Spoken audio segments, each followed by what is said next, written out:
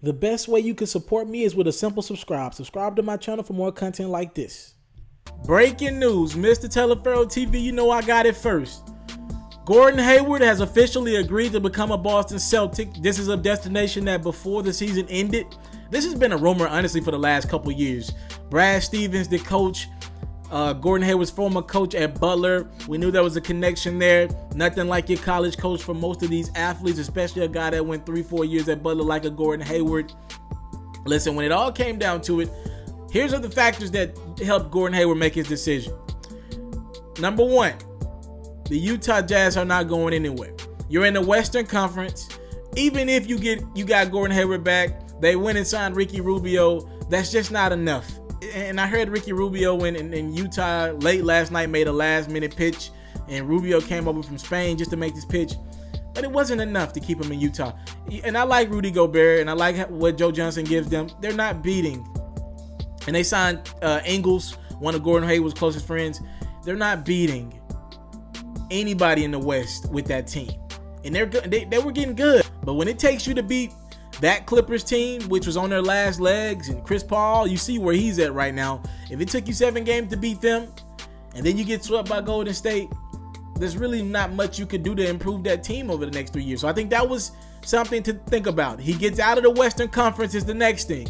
Look, man, all the NBA All-Stars are in the Western Conference right now. And now Paul George and Jimmy Butler are in the West. And you got Paul Millsap now in the Western Conference. He plays for Denver now. Look, you can go to the Eastern Conference. Now Gordon Hayward damn near mess around being an All-Star game starter. The East is that thin right now. So that was a way to get out of the Western Conference and head over to the East. And then look at these teams, man. It was down to Utah, Miami, and Boston. I already told you why he wasn't going back to Utah. If he would have went back to Utah, it would have been one of those hometown things. He just wanted to stay home. And athletes have did that. You just seen Blake Griffin do that. When a team drafts you, that becomes your new hometown, right? When you get there, you're there for 5-6 years, that becomes your new hometown. Well, Gordon Hayward, he left you. He wasn't coming back to Utah, and Miami. Reportedly, his wife wanted to be in Miami. And happy wife makes a happy life. If he wanted to go to Miami, hey, nobody's knocking him. There's no pressure to win a championship. I don't think that makes them anywhere close to a team that can probably even get to the second round in the Eastern Conference. They're better with him. There's no pressure. If he didn't want any pressure, then he could have went to Miami, kicked it with Goran Dragic, who will get him the ball when he needs it, and Hassan Whiteside, who will probably allow Gordon Hayward to be the starter he needs to be. But I don't think Gordon Hayward could be the number 1 or number 2 guy on your team. Now we talk about Boston. It makes the most sense if you're trying to win now. They have the most pieces to compete with the LeBron James-led Cleveland Cavaliers in the Eastern Conference. They got to the Eastern Conference Finals last year, and a lot of people forget, technically they were the number 1 seed in the Eastern Conference throughout the regular season. They're probably going to be number 1 seeded again. The Cavs are not going to care about that. But from a fit from a basketball standpoint, from actually on the court, it's not a good fit. Not at all. The team, Isaiah Thomas, he dribbles the ball a lot. He wants to have the basketball in his hand a lot. Avery Bradley, he's a guy that wants to defend, and he's even advanced his game offensively. He wants his few shots. Jay Crowder, what do you do with Jay Crowder? Does he now move to the 4 and you go with Gordon Hayward at the 5? I think they did lose Kelly Olynyk this offseason. You go with Al Horford at the 5 and Gordon Hayward at the 3. I guess that's what you're looking at here. That makes them better. But honestly, I would find it hard to believe that Jaylen Brown and Jason Tatum are not going to be kicking Gordon Hayward's ass at some of these practices. All right, what if Jason Tatum is better than Gordon Hayward? What do you do now? So now you just guaranteed that Jason Tatum or Jaylen Brown won't be starting for you next season. You drafted Jaylen Brown number 3 last year, and you drafted Jason Tatum number 3 this year. Doesn't make any sense, but I'm not going to even blame Gordon Hayward for this. I think he wanted to be in Boston all along. This is on Danny Ainge, the GM. It's you have too much of the same thing. You need to trade a couple of these pieces.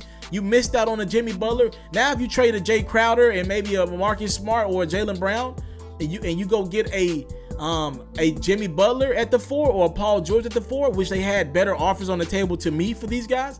Now we're talking. Now we're talking about a team that I'll let Jason Tatum be the first guy off the bench.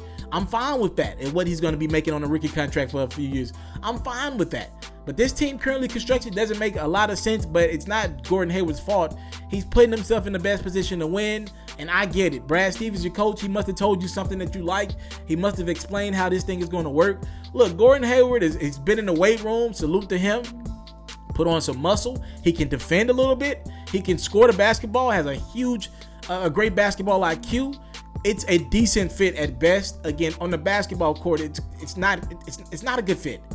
With what Danny Ainge did this offseason, it's not a good fit. Going into the offseason, I thought this would be a great fit if you make some trades. But because Danny Ainge didn't do that, it's just not a great fit. But they had the cap room. A lot of their guys are on rookie deals. A lot of their guys are on underpaid deals. I think Isaiah's making $5 million. Avery Bradley's making $9 million. They're going to make more money next offseason. And now you're going to be contractually bonded to Gordon Hayward for 4 years. Al Horford for 3 more years. If they don't make a move at the trade deadline or whenever, they're going to really mess some things up going forward for them. You got Isaiah Thomas and Avery Bradley are going to get paid max dollar next offseason. Both of them. Period. And you got Gordon Hayward and Al Horford making max money. You're going to be bonded. So it's a risk for Gordon Hayward, but he'll get his paper either way. He plays on a contender. I understand why he did it. I'm more upset at Danny Ainge today for not pulling the trigger on Paul George and Jimmy Butler. Right? Gordon Hayward has officially signed with the Boston Celtics. He's given them a verbal agreement. Talk to me in the comment box below how you think this fits. Thank you so much for the time, love, support. Don't take it for granted. Salute. I'm out. If you're looking to book me for an interview video or by phone, if you're looking to have your music or your skill featured on my daily podcast, if you're looking to book me for a speaking engagement to help motivate some kids, if you're looking to have me rock some of your clothing to help promote your brand, make sure you hit me up at booking@itsmrtaliaferro.com. Again, that's booking@itsmrtaliaferro.com.